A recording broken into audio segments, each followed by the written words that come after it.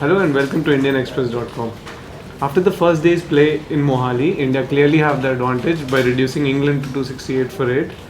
The Indian bowlers, especially on a pitch that hasn't helped them a lot, they have bowled brilliantly.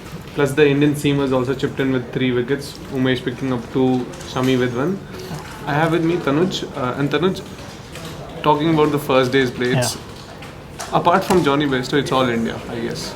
Yeah, I mean, if there is somebody who's held England together and actually helped them manage to reach 268 in effect, is Johnny Bairstow. Nobody else, barring probably Josh Butler, has done anything. The top order didn't work at all after winning the toss. Conditions also conditions also a little optimal for England. It's not too hot. The pitch is not behaving as badly as it did against South Africa also. So England had the chance, but they've not made the most of it. I think the top order collapse where England actually lost 3 quick wickets, their mainstays like Joe Root and Alistair Cook, and then also Moeen Ali, who was promoted. So these players did not perform well, and I think that really hurt England. And plus the Indian spinners then grabbed the opportunity, and then they knew how to put pressure, I think. So there's 2 wickets apiece for 3 of the Indian bowlers. Ashwin has not had the best perches out of the pitch, which he does get a lot of the times.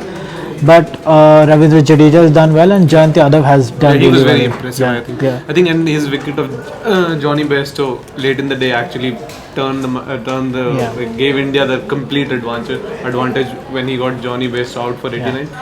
But it was not like a great day for India because they were sloppy in the fielding. They had 4 missed catches dropped, 2 by the returning wicketkeeper Parthiv Patel. There is one area where India can actually improve, I think.